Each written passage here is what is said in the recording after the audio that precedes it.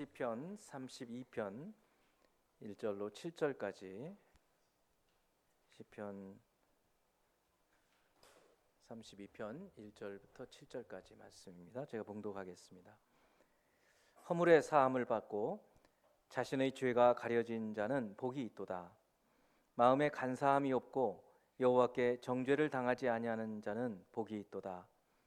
내가 입을 열지 아니할 때에 종일 신음함으로 내 뼈가 쇠하였도다. 주의 손이 주야로 나를 누르시오니 내 진액이 빠져서 여름 가뭄에 마름같이 되었나이다. 내가 이르기를 내 허물을 여호와께 자복하리라 하고 주께 내 죄를 아뢰고 내 죄악을 숨기지 아니하였더니 곧 주께서 내 죄악을 사하셨나이다.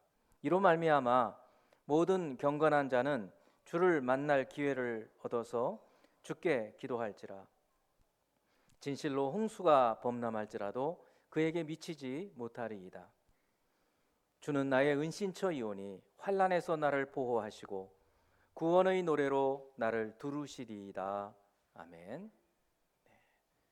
곁에 계신 분들 한번 축복합니다. 여러분 주님의 이름으로 축복합니다.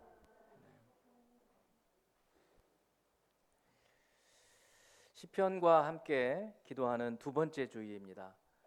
지난 주일에는 앞으로 6주 동안 기도에 힘을 쓰자 이렇게 부탁을 드렸죠. 기도는 영혼의 호흡이고 우리 하나님과의 대화다. 쉬지 않고 어떤 상황 속에서든지 기도하는 것이 우리가 주님과 소통하는 길이다 말씀을 드렸습니다. 기도하지 않고는 하나님께서 함께 하시다는 하나님의 임재를 경험할 수가 없습니다. 느낄 수가 없죠. 또 기도하지 않고는 그렇기 때문에 하나님의 은혜를 느낄 수가 없습니다. 은혜를 받았다. 기도 응답을 받았다. 기도해야 기도 응답이 있죠. 기도가 우선적이어야 합니다. 오늘은 이번 주 이제 한 가지 또 여러분들께 부탁드릴 것이 있습니다. 하나님의 임재, 하나님의 임재라는 것은 하나님 함께 하신다는 거죠. 하나님이 함께 하신다는 이 체험, 이것이 없이는 우리 신앙생활은 기쁨이 없어요. 종교 행위가 되어버리죠. 살아있는 신앙생활이 아닙니다. 그럼 우리 모두가 하나님의 임재 체험을 해야 합니다. 여러분 모두 하나님의 임재를 경험하고 싶으시고 체험하고 싶으시죠? 그렇게 하기 위해서 제가 여러분들께 좀 부탁을 드리는 겁니다. 특히 가정에서도 이런 하나님의 임재 체험을 구해야 하지만 함께 예배하는 이 예배 때 하나님의 임재를 체험하지 못한다면 하나님의 은혜를 받을 기회가 없죠. 그래서 드리는 말씀입니다. 이제 일부 때의 교사들 경우에는 9시 반에 기도자가 기도를 함으로 시작을 예배를 합니다. 그래서 9시 반에 정각 기도를 부탁을 드렸고 그렇게 하면 제가 어떻게든 10시 5분까지 마치겠노라 했고 찬양팀은 10시 10분에서 20분까지 한 10분 정도 연습을 해 주시고 그 시간에 권사님들은 중보 기도 해 주시면 됩니다. 그리고 이제 장로님은 한 23분쯤에 나오셔서 함께 기도하는 그 기도 순서를 진행해 주시고 7분 동안 기도하실 필요는 없어요. 장로님께서는 같이 기도하시고 이제 다른 분들 기도하도록 하시고 들어가시면 됩니다. 그러니까 여러분들은 25분 정도부터 조용히 한 5분 정도를 반주와 함께 기도를 하실 때 무슨 기도를 하시는가? 제가 지금 말씀드린 기도예요. 예배 이제 5분 후에 예배를 드리게 되는데 이 예배를 통해서 하나님 임재하심을 내가 경험할 수 있게 해달라고 기도해 주시기 바랍니다. 그러니까 어떤 분들은 그럴 수 있어요. 딱 예배 자리에 앉으면 하나님이 나와 함께 하시는구나. 오늘 예배를 통해서 내가 은혜를 받겠구나. 이런 생각을 하시는 분도 계셔요. 그런데 대부분은 그렇지 못합니다. 서둘러서 와서 여러 생각들이 많아요. 사이클을 맞춰야 하거든요. 그런 어떤 준비 없이 하나님의 임재 체험을 한다는 것은 쉽지가 않아요. 예배 순서 하나하나를 통해서 순서 하나하나가 의미가 있거든요. 하나하나를 통해서 어느 순간이든 하나님께서 나와 함께 하시는구나 는 것을 체험할 수 있도록 우리가 먼저 기도하자는 거예요. 구하자는 겁니다. 자, 그래서 이번 한 주간은 여러분들이 가정에 흩어져 있는 동안에 이번 한 주간 내가 이제 예배를 통해서 가정에서도 기도할 때 하나님께서 나와 함께 하시는구나 하는 것을 느낄 수 있도록 이거를 꾸준히 좀 기도해 주시면 좋겠습니다. 저는 지난주 기도하면서 이 시편과 함께 6주간 기도할 제목을 붙잡게 됐어요. 시편 35편 18절입니다. 내가 대회 중에서 주께 감사하며 많은 백성 중에서 주를 찬송하리이다. 대회라는 것은 큰 모임이에요. 그러니까 우리로 말하면 그냥 각각 가정에서 기도하다가 혼자서 기도하다가 이제 예배로 함께 모여서 찬양팀도 있고 설교도 있고 이런 대회 아주 큰 회는 아니지만 그래도 우리도 이렇게 모이는 것은 대회예요. 그래서 예배라고 생각하시면 돼요. 내가 예배 중에 주께 감사하며 또 백성들 중에서 주님께 찬송하리이다. 같이 예배하는 중에 여러분 그런 혼자서 느끼지 못하는 그런 주님의 임재하심을 강력하게 느낄 때가 있을 거예요. 찬양 중에라든지. 그래서 예배 중에 이제 여러분 당분간 예배 중에 주님의 임재를 경험하게 해주세요. 우리 생명의 교회 예배가 모든 분들이 이제 막 교회를 나오신 분들도 예배 중에 주님이 함께 하시는구나 하는 그런 경험을 느낄 수 있도록 함께 기도 부탁을 드린다는 것입니다. 이제 앞으로 이 시편과 함께 기도하는 제 기도 제목입니다.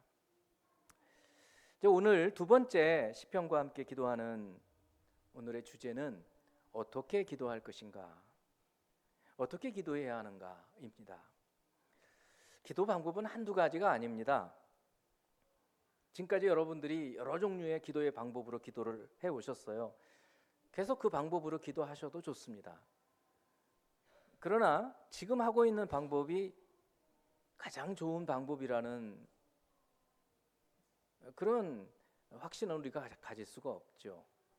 그래서 날마다 기도를 배워가는 것이 좋습니다. 기도를 누구에게서 배울까요? 물론 교우들, 목사님 다 배워도 좋습니다만 가장 좋은 방법은 성경에서 우리보다 먼저 하나님과 직접 대화했던 분들이 계세요. 그러니까 성경의 인물의 기도를 보면서 우리는 기도를 배우는 겁니다. 아브라함의 기도, 이삭의 기도, 야곱의 베델의 기도, 또 야복강의 기도, 브엘세바에서의 기도, 많은 기도를 야곱은 했어요. 그 야곱의 기도, 또 모세의 기도, 출애굽할 때 얼마나 여러 번 모세가 기도합니까? 그리고 여호수아의 기도, 그리고 드디어 저희는 지금 다윗의 기도, 시편이라고 무려 한 73편 정도의 엄청나게 많은 다윗의 기도를 보면서 기도를 배울 수가 있습니다. 제가 어느 목사님으로부터 들은 이야기입니다. 미국에 있는 어느 목사님, 그 교회에 42살 된 안수 집사님 이야기입니다. 어려서부터 그분은 신앙생활을 해왔습니다. 그런데 언젠가부터 기도가 안 되는 거예요. 하나님 아버지 그러면 그냥 콱 막히는 겁니다. 기도가 안 되니 교회 다니는 것이 힘들죠. 그렇다고 어렸을 때부터 다녔고 안수 집사인데 그만 다닐 수도 없고 아주 고역입니다. 직장에서도 상사하고 자꾸 부딪히고 상사가 무슨 말을 하면 자꾸 화가 납니다. 그래서 저녁에 일을 마치고 집에 들어가기 전에 마시지도 못하는 술도 마셔가면서 상사 욕을 하고 그럽니다. 집에 와서도 편치가 않습니다. 어느 것 하나 기쁜 일은 없고 이러다가 자기 어떻게 되겠다 싶은 그런 생각이 들었답니다. 그래서 상담을 전문으로 하는 상담 전문 목사님을 찾았습니다. 목사님을 만나서 이 이야기 저 이야기를 했습니다. 목사님이 아니 왜 기도가 안 될까요? 안수 집사님께서 멀쩡하던 사람이 하나님 아버지 그러면 왜 머리가 하얘질까요? 그러면서 이제 그동안 어떻게 사셨습니까? 하면서 자연스럽게 그가 살아왔던 이야기를 하도록 이끌었습니다. 어렸을 때 어땠고 이렇고 저렇고 하는 이야기들을 하게 되었고 그런 중에 이 집사님의 아버지 이야기를 하게 됐습니다. 아버지는 이 사남매의 맏아들인 이 집사님에게 기대를 많이 했답니다. 공부도 잘하고 똑똑하기를 바라는 보통 한국 아버지들의 대표적인 표상이죠. 초등학교 3학년 때인데 요즘에는 없어졌는데 당시에 초등학교 때부터 성적표가 있어가지고 성적을 매겼습니다. 그런데 성적이 하위권에 나온 거예요. 그래서 아버지가 불러놓고 야 이놈아 10등 안에는 들어야지 너 누구 아들인데 30등도 안 되냐 이러면서 혼을 낸 거예요. 그리고 벌을 주었습니다. 동생들이 셋 엄마가 있는데 밥을 안 먹이고 식사하는 동안에 벌을 준 거예요. 베개를 들고 서 있게 했습니다. 식사가 끝날 때까지 계속 벌을 주었습니다. 팔이 아파서 팔을 내리면 호통을 치면서 계속 벌을 주었습니다. 밥을 못 먹는 거는 좀 괜찮은데 동생들 앞에서 자존심에 큰 상처를 받았습니다. 그래서 식사하는 동안에 아버지 얼굴 보다가 엄마 얼굴 보다 동생들 셋 얼굴 보다가 너무 큰 상처를 받아서 죽고 싶더랍니다. 그 뒤로는 아버지 얼굴을 보면 숨이 차는 거예요. 그래서 아버지를 피하게 되었고 이게 이제 마음속에 트라우마가 된 겁니다. 그런데 직장 상사가 자기 아버지를 꼭 닮은 거예요. 말하는 투도 비슷하고 책망할 때 더 비슷하고 꼭 자기 아버지입니다. 그러니까 직장 상사 얼굴을 쳐다보면 아버지 생각이 나서 화가 치밀어 오르는 겁니다. 그래서 상사와 계속 부딪혔어요. 그러니까 직장에서 인간관계 좋아질 수가 없습니다. 스트레스를 받고 집에 와서도 기분이 안 풀리죠. 아내가 뭐라고 하면 바로 짜증나고 그리고 교회에 가서 기도를 해도 하나님 아버지 그럼 아버지 생각이 또 나고 그래서 말이 콱 막히는 겁니다.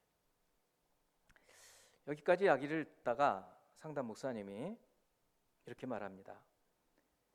집사님 아주 고생 많으셨네요.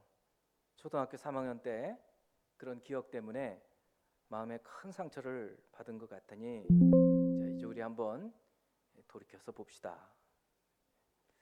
보통 이제 이 상담 치료 때 많이 쓰는 그런 방법이기도 한데 기독교 상담이죠.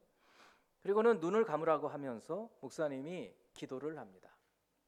아까 제가 말씀드렸던 주님의 임재를 위한 기도를 드립니다.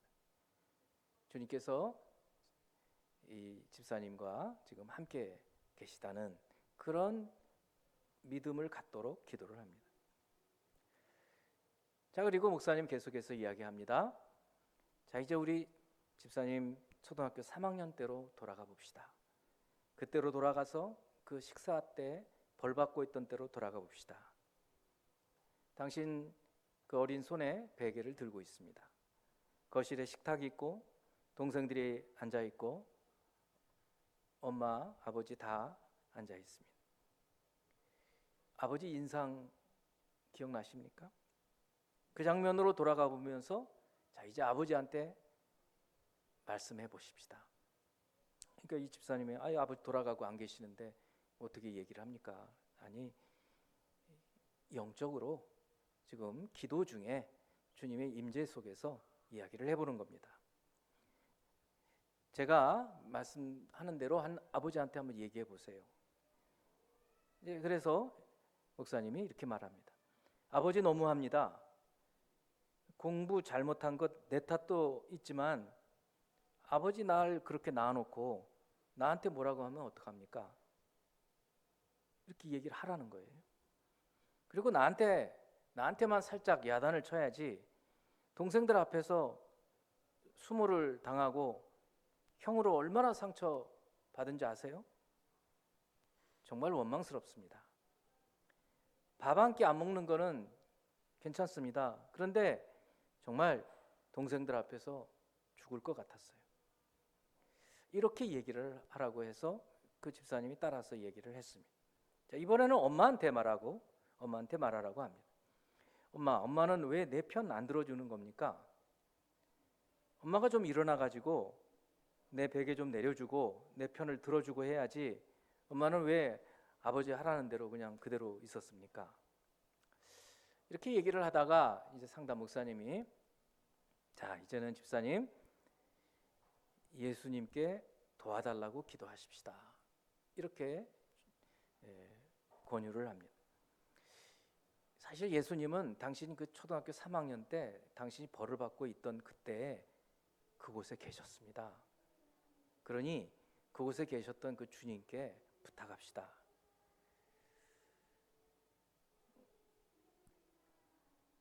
그 예수님께서 아버지한테 좀 말씀 좀 해달라고 부탁합시다.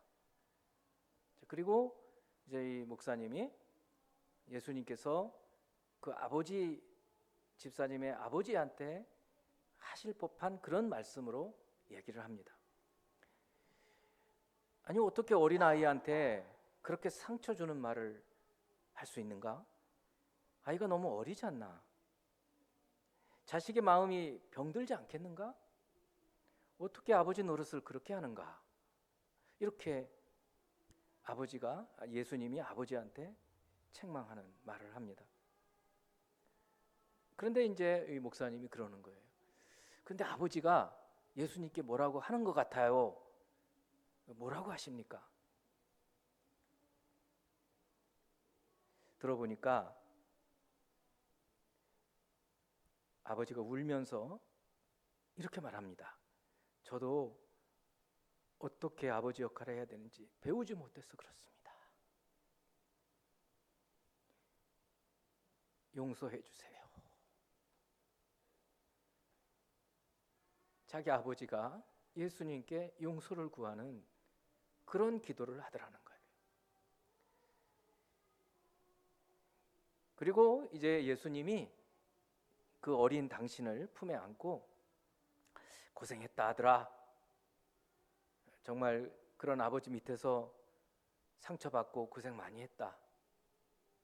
그래 내가 너를 용서한 것처럼 이제 너도 아버지를 좀 용서해 줄 수 있겠니?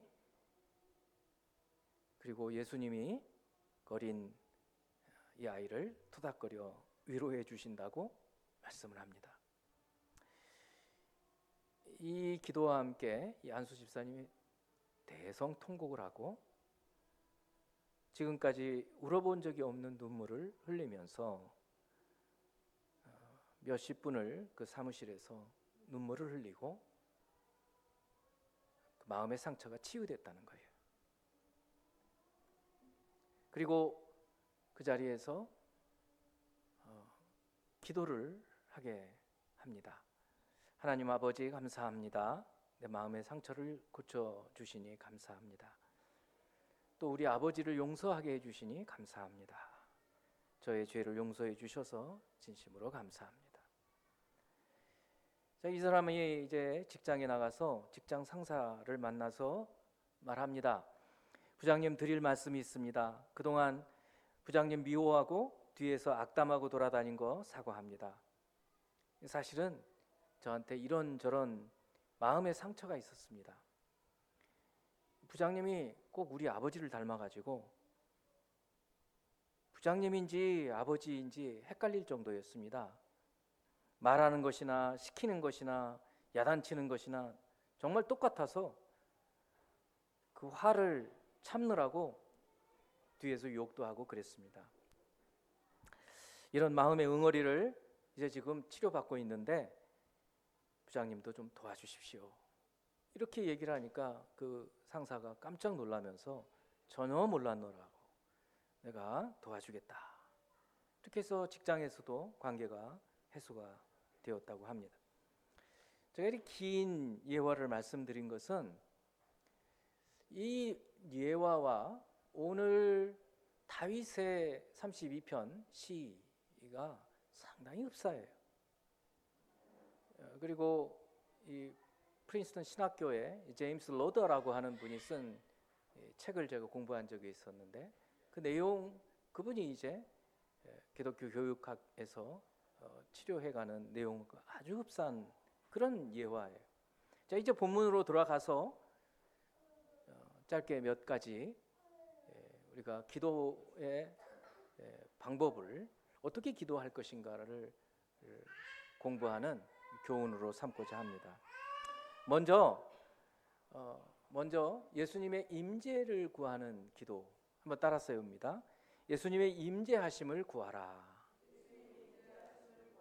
사실은 주님께서 우리와 함께 계셔요. 근데 우리가 못 느끼는 겁니다.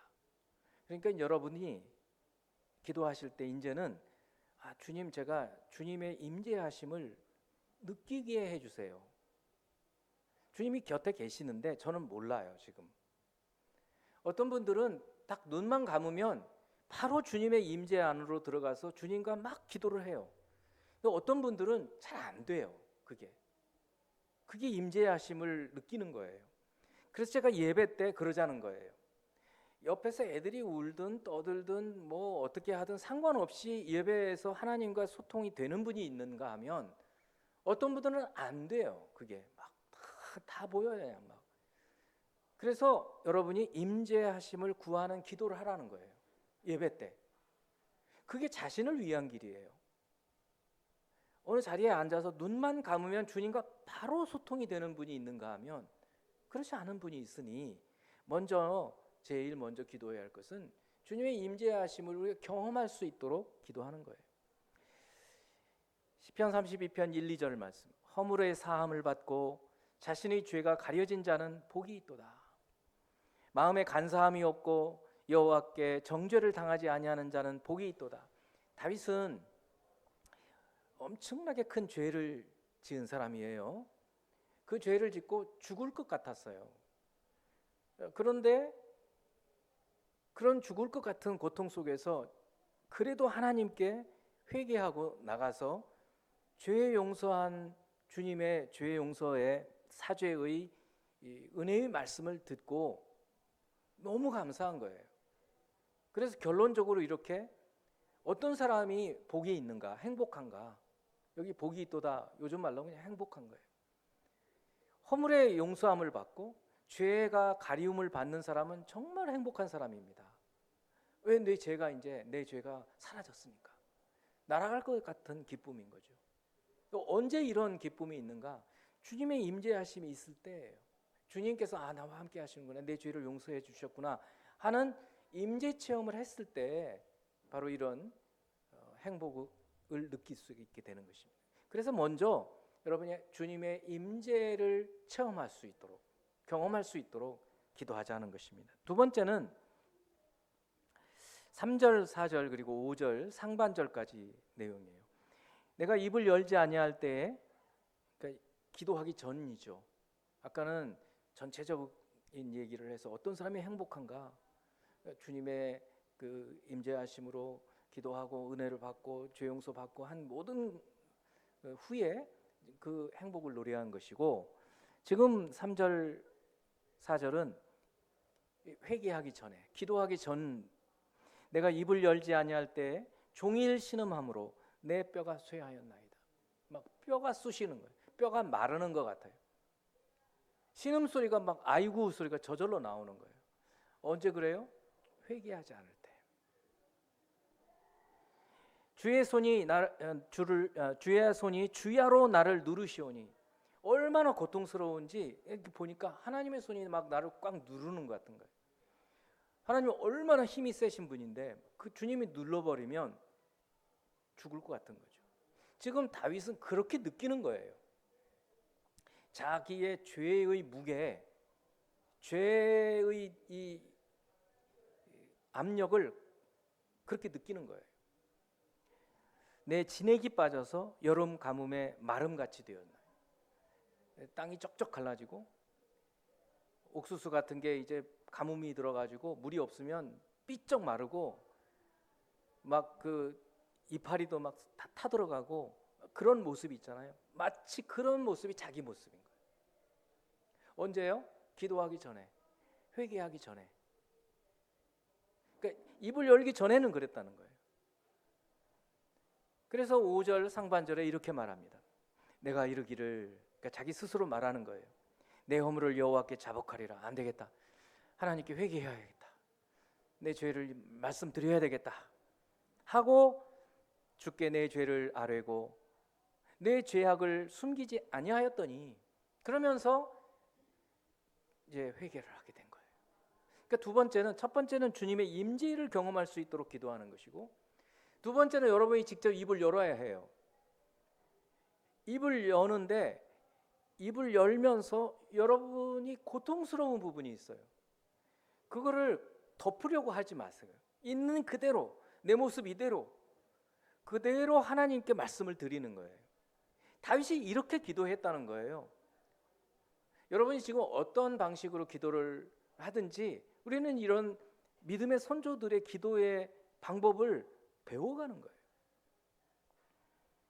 그래서 입을 열어서 주여, 이 한마디부터 시작을 하는 거예요. 죽겠습니다. 뼈마디가 쑤셔요. 나 말라 비틀어 죽겠어요. 살려주세요. 내 죄가 너무 무겁습니다. 하면서 자기의 죄를 회개하는 거죠. 이 회개의 기도, 입을 열어서 회개의 기도를 두 번째는 하는 것입니다. 세 번째는 바로 5절의 하반절이 아주 짧아요. 그렇게 내 죄악을 숨기지 아니하였더니 곧 주께서 내 죄악을 사하셨나이다. 놀랍죠? 그렇게 죽을 것 같았는데, 회개하기 전에는, 기도하기 전에는, 그러니까 기도하지 않고 고통스럽다 하면 안 되는 거예요. 기도하고 나니까 어떻게 됐어요? 곧 주께서 내 죄악을 사하셨나이다. 이게 뭐예요? 은혜의 순간이에요. 여러분, 제가 이 기도의 팁을 하나 알려드리는 겁니다. 기도 시간이 아무리 길다 하더라도 은혜 못 받을 수 있어요. 근데 기도가 짧아도요, 기도의 그 과정이 쭉 있거든요. 그런 과정 중에서 어떤 한 순간이 딱 있어요. 그거 무슨 순간이냐? 은혜 받는 순간이에요. 죄 용서받는 순간이에요. 주님 말씀이 깨달아지는 순간이에요. 주님께서 나에게 말씀하시는 것 같은 순간이에요. 그 순간을 붙잡아야 되는 거예요. 그 순간을 놓쳐버리면 기도해도 별 은혜가 없을 수 있어요. 그래서 은혜의 순간을 붙잡는 거예요. 반드시 있어요. 지난주에 시편 3편 압살롬이 막 자기 반역해서 자기를 쫓아오는 그때 기도했던 때에도 자기가 기도하기 전에는 너무 대적들이 왜 이렇게 많습니까? 저는 이제 저 사람은 이제 하나님께 구원 못 받습니다. 이렇게 막 악담하는 많은 사람들이 있습니다. 그런 속에서 기도를 시작을 했더니 여호와는 나의 방패요, 나의 영광이시요, 내 머리를 드시는 이십니다 라고 기도를 하자마자 기도 응답을 받는다고 말씀을 드렸잖아요. 그러니까 여러분, 이게 기도 응답이 아주 멀리 있거나 한참 지나야만 있는 게 아니라 기도하자마자 응답을 받을 때가 있는 거예요. 이런 순간을 붙잡으라는 거예요.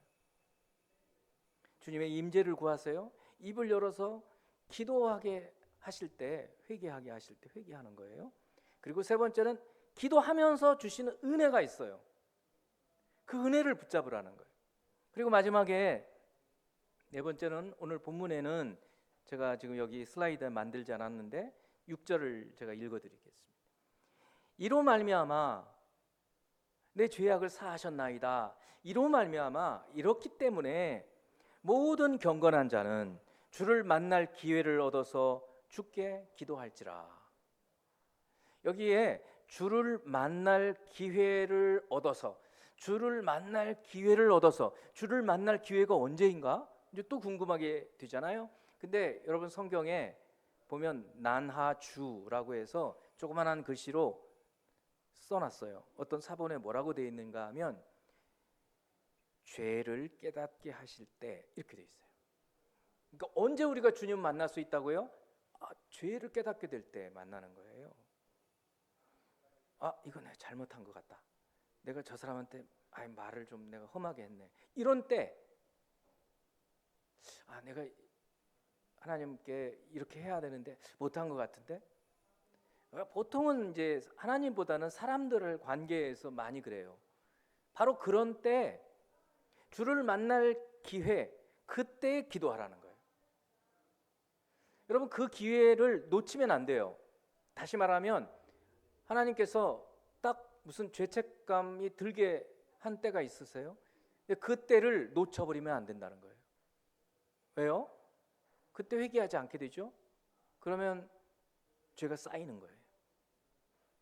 그러면 더 큰 죄로 갈 수도 있고, 그 나중에는 무디어지는 거예요. 그럼 주님의 음성도 안 들려요. 주님께 기도도 안 나와요. 그러니까 주를 만날 기회를 붙잡아서 주께서 딱 뭔가 여러분 죄를 느끼는 것은요 주님께서 느끼게 해주시는 거예요. 죄의 용서함도 주님께서 느끼게 하시는 것처럼 죄책감이 드는 것도 주님께서 하시는 거예요. 그런 그때 바로 순간적으로 기도하라는 거예요. 주여 제 허물을 용서해 주세요. 이렇게 기도하라는 거예요. 이렇게 기도의 방법 오늘 네 가지를 오늘 이 시편 32편 통해서 다윗을 통해서 배웁니다. 물론 뒤에 8절부터 마지막 절까지 여러 내용들이 있어요. 이분이 그냥 자기의 허물을 두고 주님께 기도하는 것으로 끝나지 않아요. 마지막에는 자기가 이렇게 주님께로부터 은혜를 받은 것을 사람들한테 선포하겠다고 얘기하는 거예요. 가르치겠다고 얘기하는 거예요. 굉장히 달라져 버리죠. 다윗이 이제 결국 그렇죠. 자기의 간증인 거죠. 내가 정말 기도가 안 나왔는데 이렇게 기도하면서 하나님께 큰 은혜를 받았습니다. 이런 기도인 것입니다. 자, 이제 저희들이 한 5분 정도 기도하는 시간을 직접 좀 갖도록 하겠습니다. 먼저 오늘 말씀을 한번 통해서 기도를 배워보시는 거예요. 기도 방법은 무수히 많아요. 그렇지만 오늘 방법을 한번 해보는 거 뭐라고요? 처음에 임재를 구하라는 거예요. 주님, 제가 주님께서 옆에 계시고 제 안에서 성령께서 기도를 도우시는 것을 제가 좀 느끼게 해주세요. 체험하게 해주세요. 그렇게 기도하시고, 두 번째는 입을 여셔야 되는 거예요. 머릿속으로 기도하지 마세요. 입을 열어서 기도를 시작하세요. 주여, 주여 기도하세요. 그리고 뭔가 주님께서 우리를 책망하시고 뭔가 찌르시는 게 있으면 그거를 두고 숨기지 마시고 있는 그대로 말씀을 드리세요. 그리고 이렇게 기도하다 보면 주님께서 응답해 주시는 은혜 체험이 있다고요. 은혜를 느끼는 그 순간, 그거는 기록을 해두시는 것도 참 좋아요. 그렇게 하시고 마지막에는 이 죄책감을 느낄 때마다 기도하라. 주를 만날 기회를 붙잡아서 지금 이 시간이에요. 붙잡아서 기도하라 하십니다. 같이 기도하는 시간 갖도록 합니다.